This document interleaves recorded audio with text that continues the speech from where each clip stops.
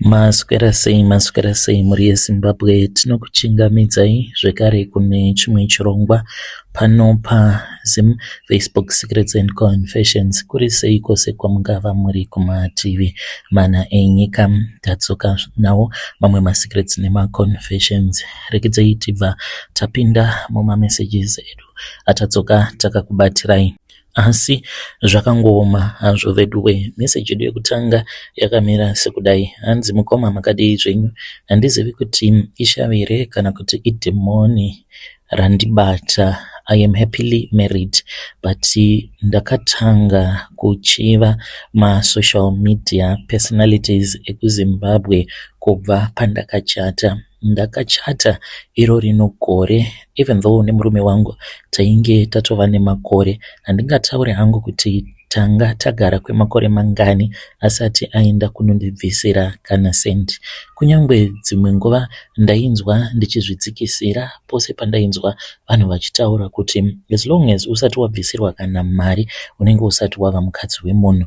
But murume wangu ndaimuda shame. Handina kumbogara ndakamuchita for the past 4 years that I have stayed with him, but kungonobvisirwa kwandakaita mari.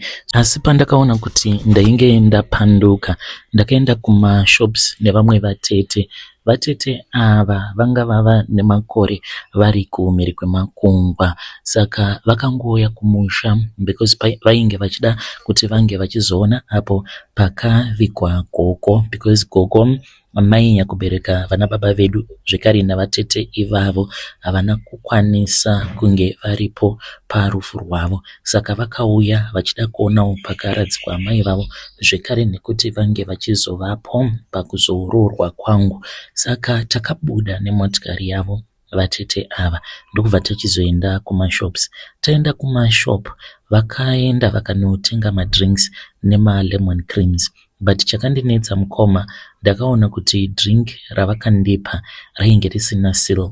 Vakandipa cascade rainge rakavhurika. Saka handina kuda kuvanyadzisa sezvo ari munhu mukuru plus ariwo munhu wemari dzake. Saka ndakangoti angagondiitei. Ndakatomboda kuriramba ndokubva vatonditarisa vakati, ko zvausiri kunwa one cascade randakutengera apa wanga uchiti unomafarira macascade. Ndakatomboda kuvaudza kuti ndainge ndichinzwa nyongo, therefore ndainge ndava kusada cascade. Apa tichibva komba kwainge kwakaungana vanhu, ndainge ndatovaudza kuti ndainge ndichinzwa kuda madrink riri drink recascade because tainge takatenga mapepsi. Saka ndinoti kana ndikanwa madrink anenge aine acid yakawandisa hameno zvandinongotanga kungonzwa so. Saka vakabva vati ngatitobuda tose. Ndokubva tachizoenda kumashops, ndikabva ndachizopiwa drink rainge rakavhurika. Saka kubva zvandakanwa drink iroro mukoma, ndakangotanga kungonzwa kuti nyama dzangu dzava loose. Ndaiti kunyangwe ndikangotarisana nevamwe vana sekuru avo vainge vaperekedza murume wangu, mukoma ndaizotozvidzora. Ndava kutotanga kutorwera rute kutonzwa kutoti dai zvanga zvichibvira sekuru avo nebhodhi yavainayo vanoratidza kuti vakapakata chombo chakakura. Ndicho chandiri kuda. Zvinhu zvandaitonzwa kutoti there is something that is wrong munyama dzangu. Saka handisi kuti vatete ndivo vakandigadzira, but ndivo vega vakaita zvinhu zvokuti kana kuri kunzi ndikanzi waunofungidzira ndiani, vatete ndivo vakandipa drink rainge rakavhurwa nechekare riri cascade risisina seal.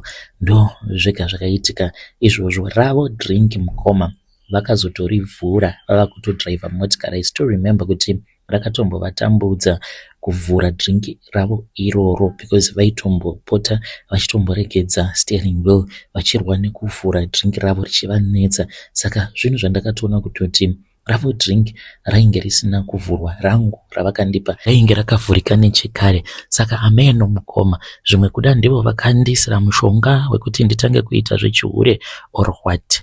Ndakabva ndachizotanga kuchita neumwe mukomana uyo watakadzidza naye. Saka akangonzwawo nezvenhau yekuti ndaroorwa. Anogara zvekare mustreet imomo umo matakangokurawo tichingogara. Saka akangotanga kungotaura neni achitongoti congratulations situation like ndakasangana naye padainge ndichitoperekedza imwe friend yangu uyo ainge auya kuzondiona. Saka ndakangomuti ndichazokuona time mira ndimbotanga ndamboperekedza friend yangu kunomukwidza kombi. Akazonditaimira pandainge ndodzoka, it was somewhere past 6. Akati kwandiri ndoda kumbotaura newe, ndaitonzwa kuti uda kutorarwa nemurume asiri murume wangu. Ndokubva tatongotanga kungotaura. Akati hapana patiri hapazipo, sezvo wava mukadzi wemunhu kudai vanhu vanoona ende vanokwanisa kuzoti maybe tava kutodanana. Ndikati iripo, sezvo ndainge ndine zvandainge ndichida kuziva kubva kwaari, but zvitongori zvechihure mukoma. Information iyoyo yainge iri information yekuti ndaikwanisa kana kutongoiwana even kuna anyone, but ndaingobvunza ndichingobvunzisisa vamwe vanhu avo vatakadzidza navo, zvekuti ndainge ndichida kuti ndinge ndichimupa mukana wekundisvitsa shoko, but not zvekudanana zvekutongorara tose, no strings attached. Saka akazonditi ndikumba kwangu foni yangu yatopera moto. Ndikati una mukadzi here? Akanditi no, handina mukadzi. Pangatongoitika Maxus ndepekuti tichipinda padeni pedu pane maroja akawanda. Ndikati saka toita sei? Akabva ati ko ndikakupa maki iwe wotongopinda then ndozotevera. Ndikati iripo. Takati tichifamba ndikati but kunze uko kuchiri kwakachena, ngatimbotsvaka kumwe kwekuenda tozodzoka kwava usiku. Apa murume wangu ainge achingofona mukoma, sezvo ndainge ndamuudza kuti ndainge ndamboperekedza friend yangu. Akangoti zvimwe kuda maybe munhu ainge atomboenda kumakuhwa. Apa izuva rangu rekuroorwa iroro mukoma, vanhu vatogamuchira mari but urongwa hwainge hwatopera. Saka ndaiva ndiine vanhu vandainge ndakakoka vandainge ndava kuperekedzawo.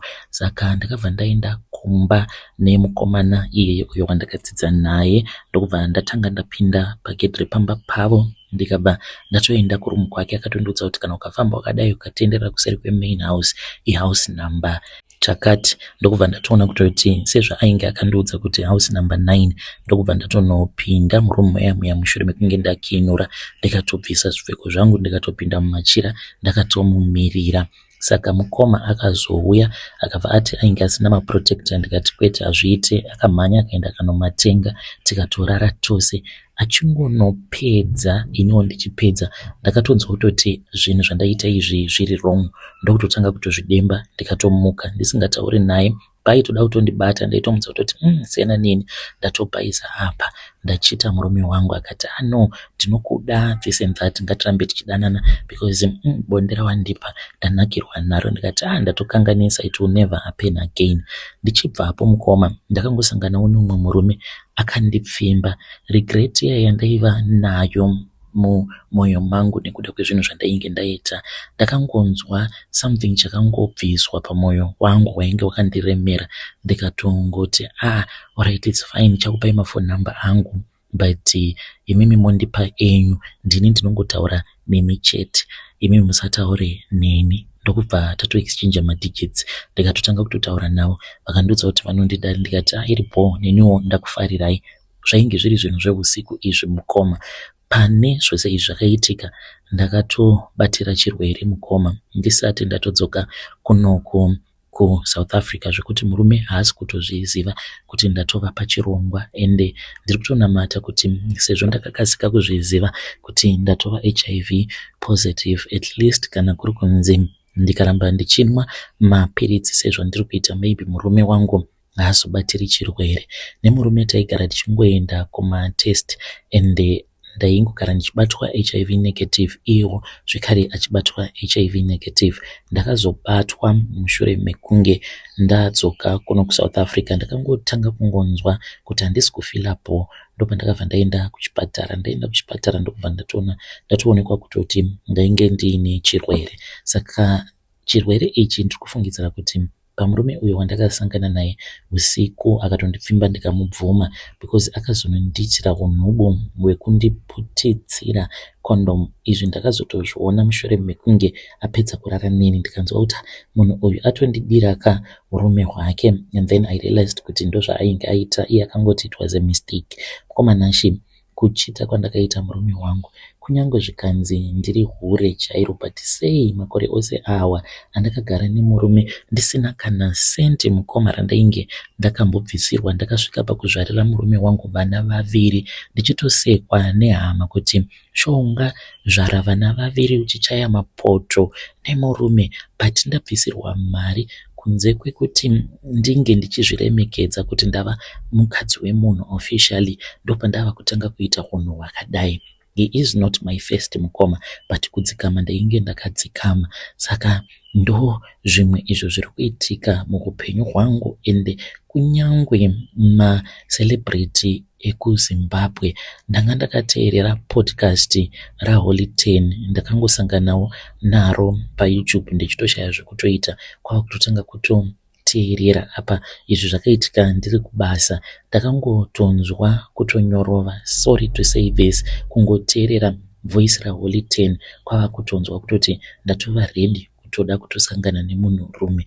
Ndakabva ndaita zvisina basa zvekuti hazvitauriki pano nemapictures ake awo andakangonowanawo painternet, ndichingoimagina kuti saka mukadzi wake anombonyatsokunzwa sei kana vari muimba yavo yemukati. It is something that I never thought kuti I would do, and ndinyatsonzwa kuzvisema kuti zvandava sandizvo zvandiri chaizvo, but it's like I am possessed. Ipapo pandakapedza kuzvibatsira shuwa mutoilet mukoma, ndakaita sekunge ndainge ndichicleana bathroom yemurungu wangu. Apa varungu vainge vatoripo pamba, saka ndakangoloka ndokubva ndaita sekunge ndainge ndichitocleana, ndikatotanga kutotarisa mapicture ndikatozvibetsera. Zvinhu zvakadaro nai mukoma, chii ichocho chandakaita? Saka zvose izvi zvakaitika mushure mekunge vabereki vangu vagamuchira mari. Asi kana vari sababa, kana kuri kunzi ndakagadzirwa pakuroorwa kwangu, I blame my father, because naamai tainge takawirirana kuti pakunoroorwa kwangu hapana dzimwe hama dzaifanira kuti dzinge dzichizovapo. Munoziva mumafamilies munenge muine politics, like vatete ivava vakazoenda kumberi kwemakungwa vakatobudawo munyika, patori nemashoko ekuti vaimbopota vachionekwa vachinohorera dota hanzi mudzimba dzevanhu, but zvakaitika vachiri kugara kumaruzevha vana baba. Mushure mekunge baba vabvawo mukuwana, hanzi vatete vakatombowanikwa hanzi vainge vachiorera madota pamba painge pava kugara mudhara wangu namuchemberi. Saka ndo dzimwe nyaya idzo dzakaitika apo patainge tisati tatozvarwa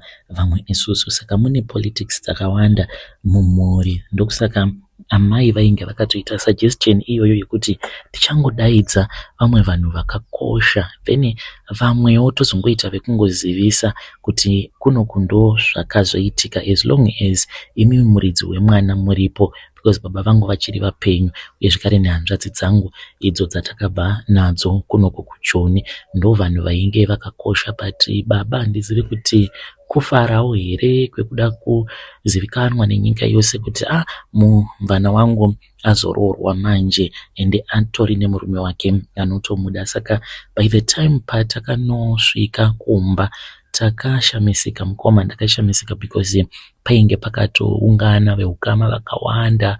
Mudhara vakati vainge vakatumidzira vanhu dzimari kuti vange vachibva kwakasiyana siyana, kunyange mari yakabviswa zvayo yainge yakawanda, but baba vangu vakawana zvavo mari, but zhinji yacho vakazoishiya nehama dzavo. Saka kana muchemberi vainge vasitombori kutofara nekuda kwezvakaitika izvozvo. Saka handichazivi kuti pavanhu avo vakapiwawo mari pashe yavo iyoyo yavakapiwa namudhara vangu kuti pangava paine munhu anganzi anenge akandigadzira ndibetsereiwo mhuri yeZimbabwe, handinawo chandinoziva. Asi chandiri kungoona ndechekuti ndava munhu anoita sekunge ari possessed. Hakuna munhu ane dzinofunga dzinokakata angaita zvinhu zvandiri kuita kuti unganzi ungachiita murume uyo wawagara naye kwemakore mushure mekunge aitawo chido, then on top of that obva uchizotanga kumuchita zvakadai. Handisi kutozvinzwisisa, ndinotodawo kutoti vedare vange vachindibatsira. Yakandivhundutsa yandakaita apo pandainge ndakateerera imwe podcast yandakadownloada yaHoly 10 achipiwa interview. Vedare ndo message iyo yandakatumidzirwa ichibva kuna vahanzvadzi vedu. Zvisinomawo vahanzvadzi, pane zvakaitika uye zvekare pane zviri kutoitika. Kuti vatete vanokwanisa kunge vaitozviziva kutoti maybe mava kutobvisirwa mari vakatoti ndava kutoendako. You never know, maybe vanenge vaine zvinhu zvavo zvavanenge vainazvo then vakakurasirirai zvinhu zvacho izvozvo zvamuri kuti pane zviri kuitika kwamuri zvamuri kuona kuti it is not normal. Asi zvakangooma hazvo veduwe, mhuri yeZimbabwe tongai tinzwe, munoionawo sei nyaya iyi? Nhasi kwakaoma, inzwaiwo nyaya iri pano. Hanzi mukoma makadii zvenyu? Ndine umwe muchinda uyo wandinoshanda naye, mufesi uyu ndakamubata ainge achiita nguruve. Tinoitawo zvekuchengeta nguruve muno muLimpopo, tinoshandira umwe murungu. Pandakamuona ndakati kasi ndiri kuona zvisiri izvo. Yakaitika musi wacho wainge uri musi weSaturday, tainge tatopiwa mari dzedu dzemafortnight. Ndobva ndamuti hande kutown because tinowanzoenda kutown tiri vaviri.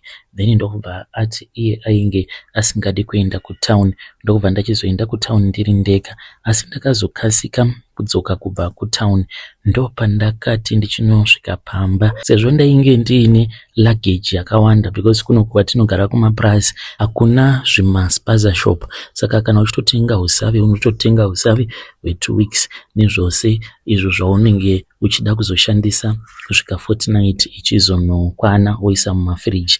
Saka ndakati ndaburuka kombi ndikaona kuti zvinhu zvangu nezvaainge andituma zvainge zvakawandisa kuti ndinge ndichikwanisa kuzvitakura. Saka ndakatomboedza kumufonera but foni ainge asingabati.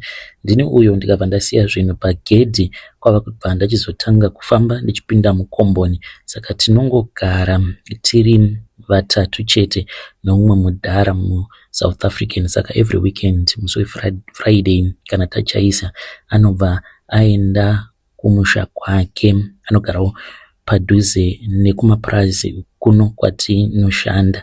Saka ndakaedza kuridzira muchinda wangu muridzo but haana kubatika. Ndobva ndachizoti ndasvika pakomboni ndikatonoka muroom make ndikaona kuti ainge akatokiya door. Saka ndakabva ndachizoenda kumatanga.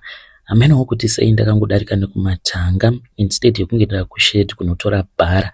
Ndopa ndakabva ndachizoona Mashura mukoma, munhu ainge akatokurura trousers rakatosvika mumabvi achitoita bonde nenguruve. Zvinhu zvakandishamisa mukoma. Saka ndina kana kumbomubvunza, iyo akangoti andiona akabva angoti kwatsoka nguvai. Mukoma iniwo ndakangofuratira kwava kutoenda ndikanotora bhara, ndakatakura zvinhu zvangu zvake ndikazvisiya padhoo remuroom maanogara because ainge achitonyara kuuya kukomboni kubva kumatanga. Saka since that day kana mukushanda iye anenge achingoita tumabasa twake ari kwake ega. Naichiko chingakonzeresa kuti munhu ange achiita bonde nemhuka? Ndizvo zvandakasangana nazvo izvi mukoma. Harisi shura here? Kasi akaromba muchinda uyo. Vedare ndo message iyo yandakatumidzirwa ichibva kuna mukoma vedu. Ngatitaure nezvayo nyaya iyi mucomment section. Zvakangooma hazvo vedu kuti tingati vakaromba, handionesi kunge vakaromba ini because dai vanga vakaromba zvimwe kudai vangadai vakatobuda muPlaza vava kutorarama life kari nani. Ngatitaurei asi nezvayo. Maybe munhu anongofarira kungorara nemhuka, zvinova zviri zvinhu zvisina kunaka. Fungai kuti avo vanozodya nyama yacho iyoyo apa inenge ichitoitwa mukadzi, apa chiri chisevo cheumwe munhu. Akomanaka zvakaoma. Regedzai tibva taenda panyedu inotevera. Nyedu inotevera yakamira sekudai. Hanzi mukoma makadii zvenyu? Ndinokumbirawo kuti munge muchindiposterawo nyaya yangu makaviga chitupa changu. I want to expose vamwe koko avo vanonzi Gogo Masivanda vari kunoku kuCape Town, Satanism yavari kuita yakaipa chaizvo, nekuti havakuudzi chokwadi. Zvakaitika mukoma ndezvekudai, ndainge ndisingazivi kuti Gogo Masivanda ava vari involved mune zvinhu zveSatanism. Chandaiziva kuti vaiita ndezvemanjuzu. Semunhu ainge achingopinda mumarelationships nekubuda, I knew kuti there was something that was wrong that was going on in my life. Uye zvekare ndaigara ndichingopiwa tsanangudzo dzekuti pandiri pane shave renjuzu. Saka ndakazoudzwa nezvavo Gogo Masivanda. Ndakaenda ndikanovaona ndokubva vandiudza kuti ivo ndizvo zvavanoita zvemanjuzu. Vakazoenda nesu kumadziva, tainge takatowanda, tikabva tachizoenda tikabva tachizonogezeswa kumadziva. Saka tichigezeswa kudaro mukoma, pandakatanga kuda kubvunza zvakawandisa, ivo vasingadi kubvunzwa kana anything, because vakatiti unotora zai wobva wariisa mubhurugwa rako rakagumana nengo yako. Ndikati izvi zvinhu izvi zvatiri kuda kuitiswa zvinoita here? Vakabva vati buda mumvura musikana, kana kuri kunzi hausi kuda kubatsirwa nini. Saka nekuti ndainge ndatobhadhara mari, ndakabva ndachizotora zai riya. Ndatora zai ndakabva ndariisawo mupendi kuti ringe richizova rakagumana nesikarudzi yangu, ndokubva vatanga kundibhabhatidza. Vakabva vachizotora zai iroro vakabva vachizoriputsira pamazamu angu. Vakati mazamu awa murume wose achamayamwa achange achizonzwa kutapirirwa nawo ende azombofi akada kusiyana newe. Ndozvavaitaura pamunhu wose uyo wavainge vachibatsira. Saka takazobva mumvura, but tichibuda mumvura mukoma, vision yandakaona nevamwe vasikana zvekare avo vanhu ndainge ndiinavo. Pane vamwe vanoti vakaona tava kuteverwa nenyoka tichienda kumotikari iyo yavainge vahaya ivo Gogo Masivanda ava. Ndakazoti ndasvika kulocation ndanga ndiine umwe murume uyo wandakambodanana naye. Saka ndakatongoona ava kundifonera ndokubva anditi ainge achida kundiona. Ndikati uya akokomba, ndokubva auya. Mukomana acho akandipa 10,000. Murume iyeye akasungwa. 10,000 iyi imari yaakabira murungu wake, aishanda murestaurant. Saka akangoti mari yaainge atengesa cash, ndokubva atongouya nemari iyoyo kumba kwangu, tikarara tose, akandipa mari. Ndichinzwa kuti ainge asungwa nevanhu avo vainge vamuona achipinda mumba mangu, because ndakabva ndatoratidzwa paFacebook kuti iwe ona munhu wako asungwa uyu. Ndokubva ndatotama izvezvi ndikutotsvakwa nemapurisa kutaura kudai, asi Gogo ava vari kujoinisa vanhu mune zvinhu zveSatanism. Ndichitaura kudai somukoma, ndiri munhu anogara achingoteverwa neimwe nyoka. Nyoka iyi iko zvinhu zvindakakwanisa kuiona kunyange ari masikati. Yaiwanzokuuya kwandiri muri usiku, asi ko zvino yava kutouya kwandiri mukoma masikati, ende inenge ichitondiudza kutoti iwewe takakupiwa nevanhu vekumvura, saka wava kutofanira kutoti unge uchitishandira. Izvezvi ndiri kunzi ndinofanira kuti ndinge ndichienda kumatare emanjuzu. Ndine zvandiri kufanira kuti ndinge ndichizonoudzwa nemachira andiri kufanira kuti ndinge ndichizotenga, but zviri zveSatanism mukati. Saka ndikuda advising uye zvekare nekuexposa vanonzi Gogo Masivanda ava vari kunoko kuCape Town. Ngwarirai, because nganga iyoyo inokujoinisa muzvinhu zveSatanism wakatemba usina kana chaunenge uchimboziva. Vedare ndo message iyo yandakatumidzirwa ichibva kuna vahanzvadzi vedu, hanzi vakabatsirwa naGogo Masivanda avo vanoita zveSatanism. Hanzi vakati murume wose uyo waunenge warara newe achanzwa kuti unenge uchitapira kuita shuga, anokupa zvose zvaunenge wamukumbira uchiti unenge uchida kuti ange achizokuitira. Zvakangoma, ngatitaurei navo mucomment section vahanzvadzi vedu ava.